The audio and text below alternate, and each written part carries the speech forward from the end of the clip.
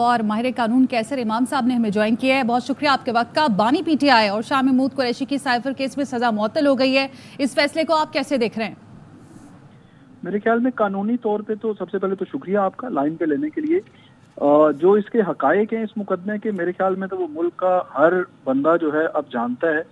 اور سزا جو معطلی ہے، یہ سزا معطلی ایک فوجداری قانون میں جتنے بھی پریکٹس کرتے ہیں انہیں اس چیز کا علم ہے کہ جو سزا معطل ہونا ہے وہ اس میں ایویڈنس کو اپریشیٹ نہیں کیا جاتا. اس سٹیج کے اوپر اس میں صرف یہ دیکھا جاتا ہے کہ جو ججمنٹ پاس کی گئی ہے اس میں کچھ ایسے کیا بنیادی نقائص ہیں کہ جس کی وجہ سے فی الوقت جو ملزمان ہیں انہیں جیل میں رکھنا اس عرصے کے لیے وہ ضروری نہیں ہے، بلکہ سزا جو ہے وہ انٹیکٹ رہے، جو کنوکشن ہے وہ انٹیکٹ رہے، لیکن وہ جو سزا ہوئی ہے اس کو فی الوقت معطل کر لیا جائے.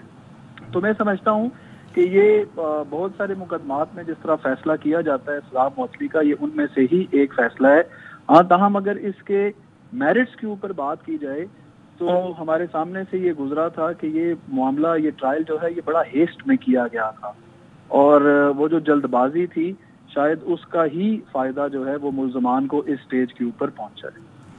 اچھا قیصر امام صاحب، آپ کی کیا ماہرانہ رائے ہے؟ کیا اس کیس میں جب سے یہ شروع ہوا قانونی سکم یا لوپ ہولز تھے؟ جی بے شمار لوپ ہولز تھے. دیکھیے ہر وہ مقدمہ جس میں کہ ڈائریکٹ ایویڈنس نہیں ہوتی، اس مقدمے کو پروسیکیوشن کی طرف سے بلڈ کرنا، اس کو کنسٹرکٹ کرنا وہ بہت مشکل ہوتا ہے، خاص کر کے اس جورسڈکشن کے اندر کہ جہاں عدالتوں کے پاس انکویزیٹوریل نہیں بلکہ ایڈورسیل جورسڈکشن ہو. تو اس میں یہ معاملہ جو ہے وہ رہتا ہے. لیکن بظاہر ایسی بہت ساری چیزیں اس مقدمے کے اندر موجود تھیں شروع دن سے ہی کہ اس کا جو سبجیکٹ میٹر تھا وہ بذات خود آیا ایک جرم بنتا ہے یا نہیں بنتا، یہ بھی ایک بہت بڑا سوال تھا عدالت کے سامنے. تو ان سب چیزوں کو دیکھ کے پھر جو شہادت دی گئی اس میں پھر جو طریقہ کار اپنایا گیا اس کے اندر، پھر جو جلد بازی ہم نے دیکھی ٹرائل کے اندر، وہ ساری چیزیں، وہ سارا جو ایک کمیولیٹو ایفیکٹ ہے، وہ یہ ریلیف جو ہے یہ ایک مناسب ریلیف ہے، یہ بالکل ملنا چاہیے. اور ایک اور بات کہ جو بار بار پی ٹی آئی کا اعتراض بھی سامنے آتا رہا کہ کیس کا ٹرائل صحیح سے نہیں ہوا اور کیس کا دفاع ہمیں نہیں صحیح طریقے سے کرنے دیا گیا، تو ایک یہ بھی اہم پوائنٹ ہے. دیکھیے نا، یہ تو کانسٹیٹیوشن میں صرف یہ ٹرائل کا نقطہ نہیں ہے، بلکہ یہ تو کانسٹیٹیوشن کے اندر ایک پرووائڈڈ رائٹ ہے، آرٹیکل 10A جو ہے کہ آپ رائٹ آف ہیئرنگ دیں گے، آپ ڈیو پروسیس کو فالو کریں گے.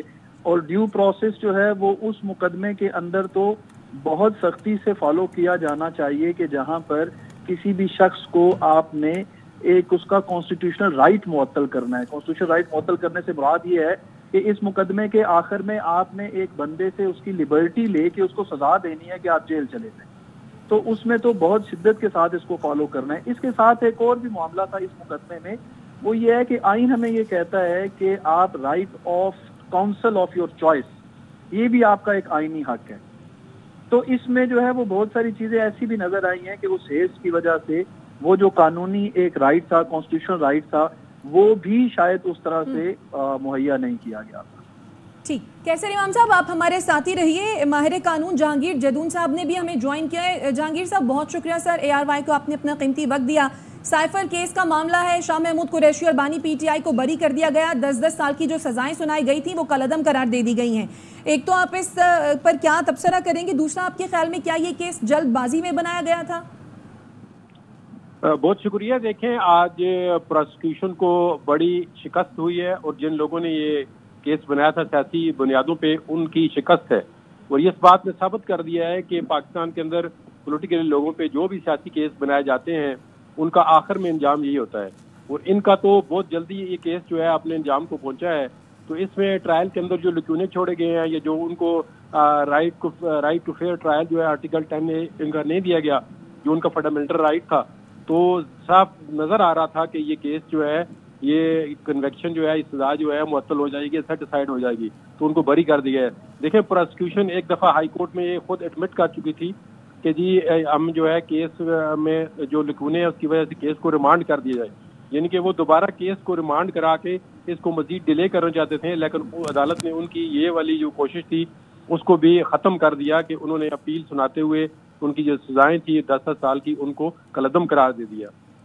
ہم تو بارہ کہہ چکے ہیں کہ جو بھی سیاسی کیس بنائے جاتے ہیں اور جو لوگ بناتے ہیں ان کو احتیاط کرنا چاہیے کہ آج جس طرح پولیٹیکل لیڈر پہ آپ سیاسی کیس بناتے ہیں ان کا انجام یہی ہوتا ہے. تو یہ سائفر کیس کا بھی جو ڈونگر چایا گیا تھا جی کہ آپ نے سائفر گم کر دیا, آپ نے ملکوں کے ساتھ تعلقات خراب دے, تو جو پراسیکیوشن ہے وہ بری طرح ناکام ہوئی ہے اور آج ان لوگوں کو بڑی شکست ہوئی ہے. ان کو سوچنا چاہیے کہ جنہوں نے یہ کیس سیاسی بنیادوں پہ بنایا اور اس کی بنیاد ہی کوئی نہیں تھی اور کیس کو جو ہے وہ کھڑا کیا گیا, لیکن کیس جو ہے وہ عدالت میں کے فیئر ٹرائل کے تقاضے نہیں پورے کر سکا اور آخرکار اسلام آباد ہائی کورٹ نے آج جو ہے وہ بانی پی ٹی آئی اور شاہ محمود قریشی کے حق میں فیصلہ دیا, ان کو بری کر دیا. اور آپ کو لگتا ہے یہ کیس جلد بازی میں بنایا گیا, اس میں کئی تضادات تھے؟ بالکل ڈیفینیٹلی. دیکھیں پروسیکیوشن خود جج کہہ رہی ہے جی کہ کیس کو ریمانڈ کر دیں, تو اس میں دیکھیں نا انہوں نے ایک اپنے خود ہی جو ہے اسٹیٹ کونسل سے سرکاری وکیلوں کو عمران خان کے وکیل اپوائنٹ کر دیا, ان کی بغیر اجازت کے, بغیر رضامندی کے. کبھی دنیا کی تاریخ میں ہوا ہے کہ کسی بندے کو اپنی چوائس کا وکیل ہی نہ دیا گیا ہو, اس کو فیئر ٹرائل کا موقع نہ دیا گیا ہو. اس کے اندر بہت سارے لکونت تھے. انہوں نے آج دن تک جو سائفر تھا وہ اس کو ریکارڈ بھی نہیں لے کے آیا جی. انہوں نے کہا جی وہ سائفر کی کاپی جو وہ بھی عدالت سے پوشیدہ رکھی گئی ہے.